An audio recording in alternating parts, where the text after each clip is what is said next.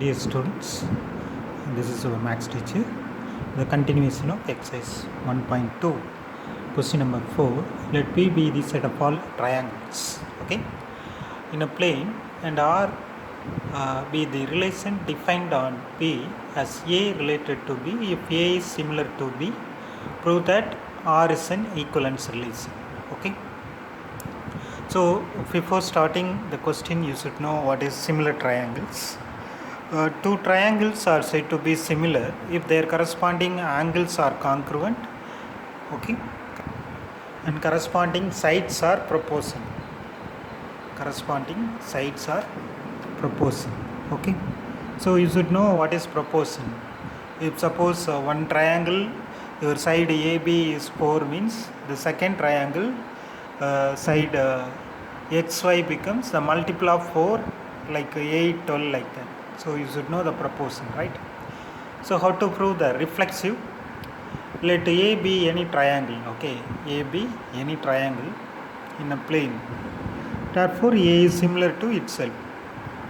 So the sides are proportional. At the same time, angles also congruent. Therefore, A is related to A. R is reflexive. Okay. For this type of question, the question itself, it is given equivalence relation. So if you have any doubt in proving the relations, you just complete the equivalence relations concept.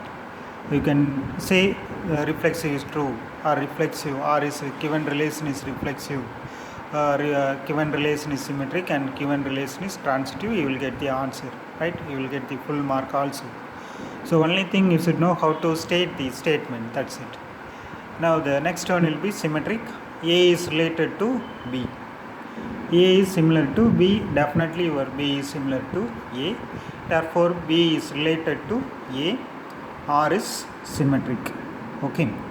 Like that, transitive, A is related to B means A is similar to B. And B related to C means B is similar to C. Definitely it is follow. A is similar to C. Therefore R is transitive. Hence we can say R is an equivalence relation. Now the last question in your exercise. The question is first one. You have 4 subdivision. Discuss the following relations for reflexivity, symmetricity, and transitivity.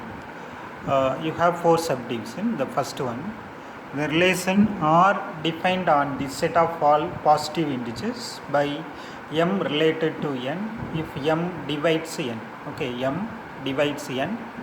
What is your reflexive? Any positive integer divides itself. Therefore, your m is related to m. R is reflexive. And symmetric, m is related to n and n divides n. N divides m means your n should be n divides m is not possible. Okay, because your n is not related to m. Your n is more than m, so it cannot divide m. So that is the reason. You should know what is division meaning. M divides n means it will give some n by m equal to 2. But at the same time, n by m, it cannot be a number, right? It is a fraction. So it is R is not symmetric. Like that, your transitive, m related n, m divides n. We can say that n by m is nothing but k. So your n is nothing but k times m. Like that, your n is related to b means b divides n, right? That is b by n equal to L. Your p becomes L into n.